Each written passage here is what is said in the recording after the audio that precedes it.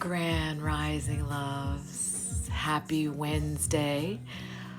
I'm just going to start speaking and I'll just post this. So, Wednesday is a Mercury day. Wednesday is ruled by Mercury. Mercury rules the mind. So, it's all about thought patterns, problem solving. It's our perception. Okay, so what is your perception?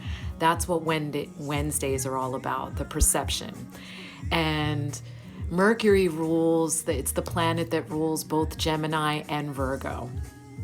Virgos can be a very critical mind, whereas Geminis are very out of the box thinkers. So they are more, being the air, an air sign, they are more of the visionary energy, whereas Virgos tend to be very in the body, self-critical, but the lower level Virgos projected outwards.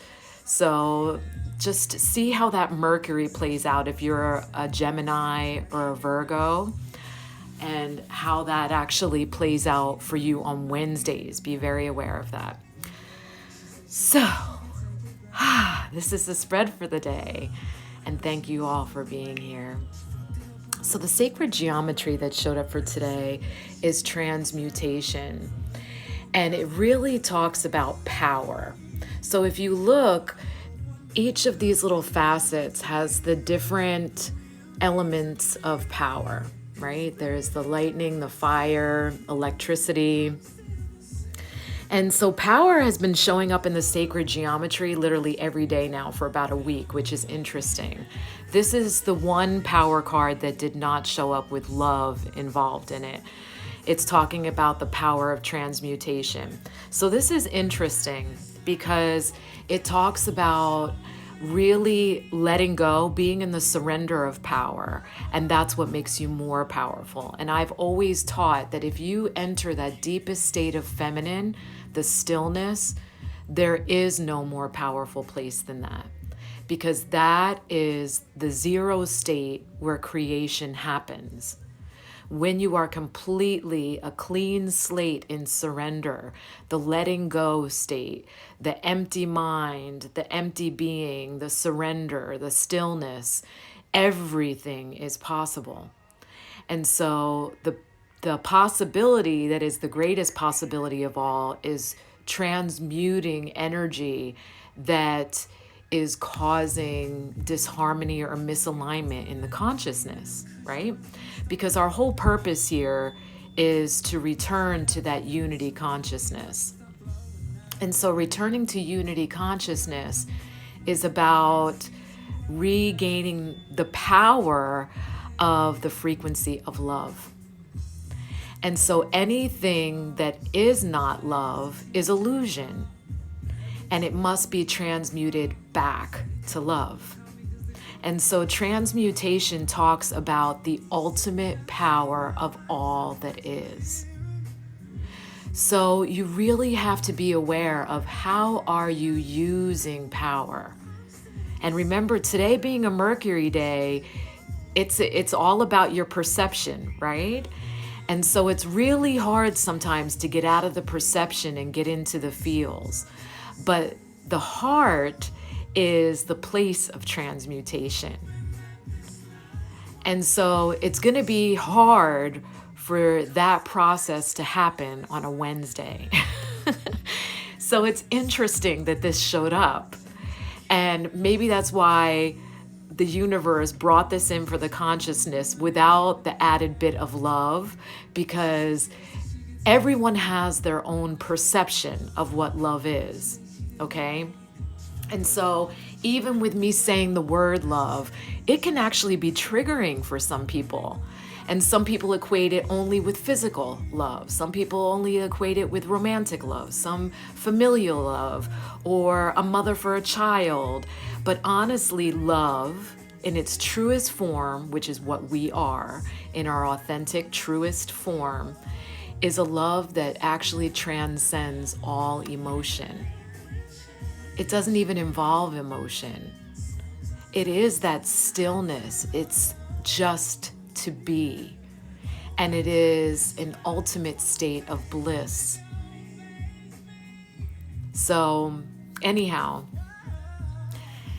see, and I can feel it already, like the erratic energy. It's so funny because I connect with you all when you start watching and I can feel it like the wheels turning, right? Because it is a Mercury day. And I know for sure two of you that are air signs because I know you well enough. So I can feel that happening like, wait a second. And one for sure, Lisa, is already in this space. So she's like, yeah, I got this shit handled. Like, even though it is a Wednesday, she's like, it don't matter what day of the week. So that's good. I mean, that's the best part because what we do for ourselves, we do for all. So keep it up, sister. I see you. I see you. And so Soul Retrieval showed up. And this is interesting. So Soul Retrieval has been thrown around a lot on social media, but I don't know if people realize. I mean, it can be done in ceremony, in cleanses. But the Soul Retrieval is really about calling back your parts. And it's important to do it. It's a spiritual maintenance. And I make a ceremony out of it every full moon where I'm doing actual burning and fire ritual and ceremony in my medicine wheel. But literally, Soul Retrieval is something you can do every single day just to keep it clean. It's so important not to leak energy. But sometimes we can actually cord into people that we love and care for deeply on a very subtle level because we don't want them to feel any angst. And so I'm just gonna talk you through this, and if you want to join me or go back to this this video, this recording to do this on your own is cool, but I'm gonna talk you through like simple. You can do this. Sitting, just empty your mind. Let's all take a deep collective breath together. Release with an audible sigh. And then repeat after me. This is how you can call back your parts. I sever all etheric cords and energetic connections across all timelines and all lifetimes. And I call back any soul fragments I may have lost in those connections and recognize myself as whole, complete, and healed. And so it is. Aho, ashe. You can say whatever you want as an affirmation. Abracadabra. Abracadabra is a sacred word, and it's an ancient sacred word. And just like many sacred practices, it's been hijacked and used as like harebrained for harebrained activities. And so people think it's got no power. It's got huge power. So doing that is literally a daily soul practice for me. And people don't understand how important it is to keep yourself clear of any energetic leakage. And like I said, this can happen on a very subtle level. We do this to our kids sometimes on a very subconscious level to save them from experiences that we've had. And you just can't do it. They are way more capable of handling situations than we ever dream or allow. And so when everyone is allowed to be a sovereign being, and I'm talking like on every level, so this is such a subtle level of sovereignty that is so important, because if we keep our energy clean, we are our most powerful selves. And that's in a constant state of communion with self, where we can actually embody that love frequency that we're supposed to. If we're constantly leaking energy, we become exhausted, we become fragmented, and we are unable to embody that. So it's really, really important. And it's also respectful. I mean, if you really have reverence for your kids or your loved ones or your partner, let them be fucking liberated. Let them be free and on every level free. So that's soul retrieval. Keeping it clean, keeping yourself free of leakage. So chrysoprase, and I don't have any chrysoprase, but chrysoprase is about the giving.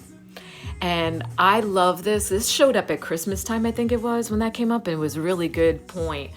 So, and this ties back to the soul retrieval, okay? And also the transmutation. If we keep our energy clean and our intent pure, then everything starts to right itself. That's how we transmutate energy that's out of alignment. So chrysoprase is the stone of giving. It helps you to bring the whole energy of giving and receiving. And giving, remember, is a male energy. That is the masculine side of you that gives. So if you are a people pleaser, that's toxic male energy. So if you're surrounded by toxic males and wondering why, hello, that's why. Because you yourself are a toxic male, whether you're male or female. Just, it's a fact. Okay, so giving needs to be conditional free. I think I like that way, saying it that way rather than unconditional. It needs to be condition free. And I'm going to give you an example that just happened to me very recently. Now, and it didn't even trigger me the way it did the people who love me. And that's why I want to talk about this. I had a very expensive table, okay? When I actually had it custom made, it was solid oak, and it was more than a couple $1,000s, okay? I'm just gonna put that. And I had it on my porch. I had a friend who was not eating off of a real table. She had a card table in her house, but she was an amazing cook. She invited me over for dinner. I saw the table and I was her guest. And I had remembered that she actually had her home burned down. And so I asked her, I said, "Do you want a table?" And she's like, "What?" And I said, "Well, I have a table, and I would love for you to have it." So I told her, I said, "I'll take a picture when I go home and I'll show you." I asked my kids first if they would be okay with it, because I'm not attached to things, but they were raised with that table. And even though I had it, like a good decade before they were even born, but they grew up with that, you know, and they did all their coloring and cookie baking and making and clay playing and all of that shit, climbing. It was like their playground for all of their childhood. Anyhow, and both of them were like, "Yeah, go do it." So she came and picked it up.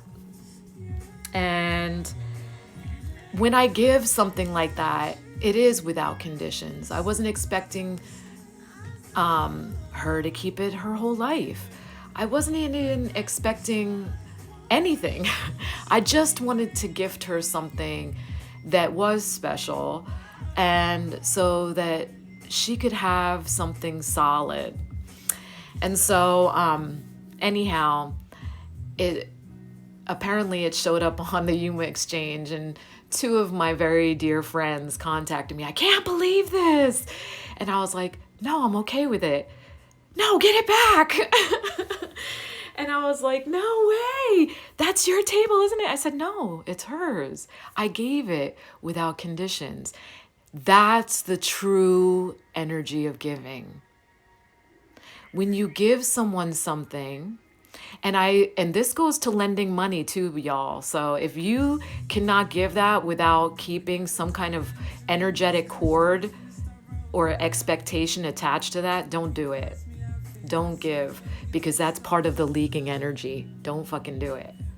So when you give something, always give from that pure place, I am giving this without conditions. It is now yours. You can do whatever the F you want with it, right?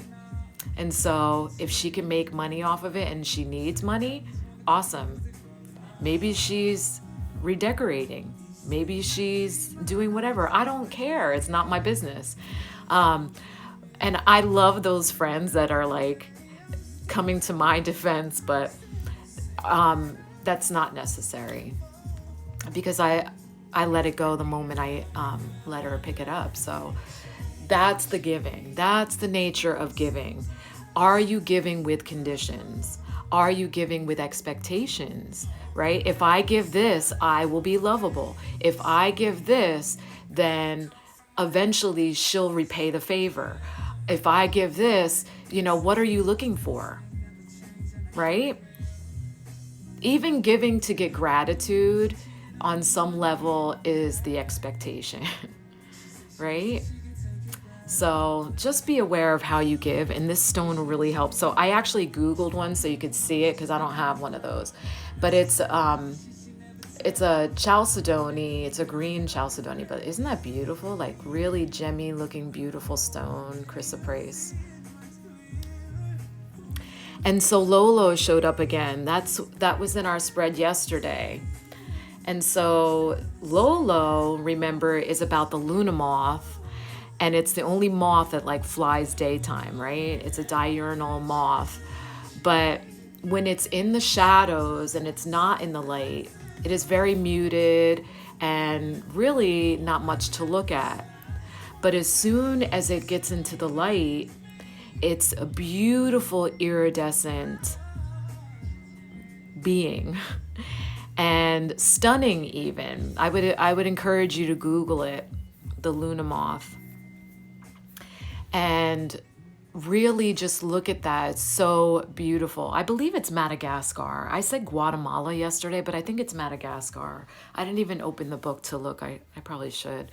But like it's beautiful. But the message of the card really is, when we embody our true self, that frequency of love that we are, by keeping our energy clean, we actually become our greatest light.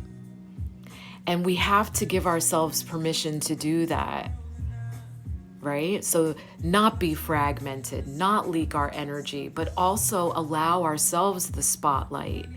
Because just because you're in the spotlight does not mean no one else is. It's not like a stage act being human.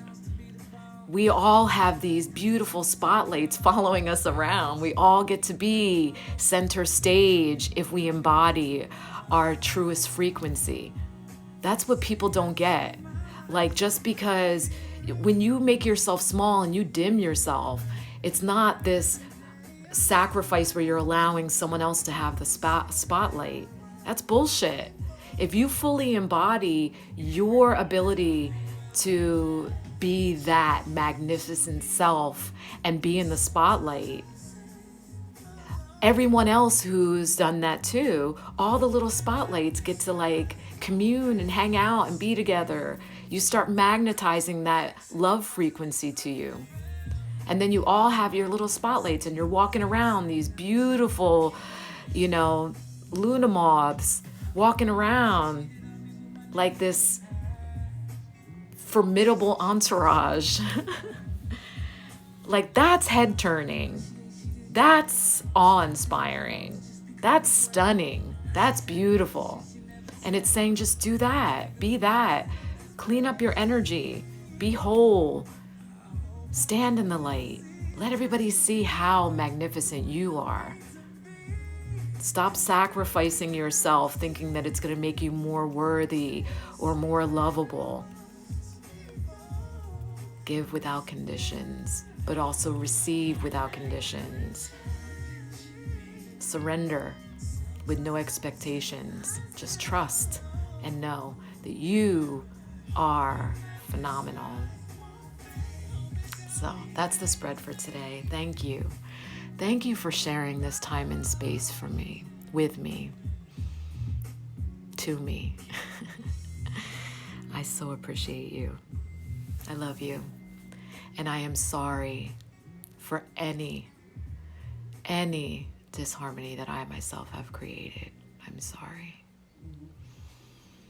Please forgive me. Thank you for this opportunity. Thank you, Elizabeth. And thank you, Patty. I love you back. I love you. I love you. I love you all.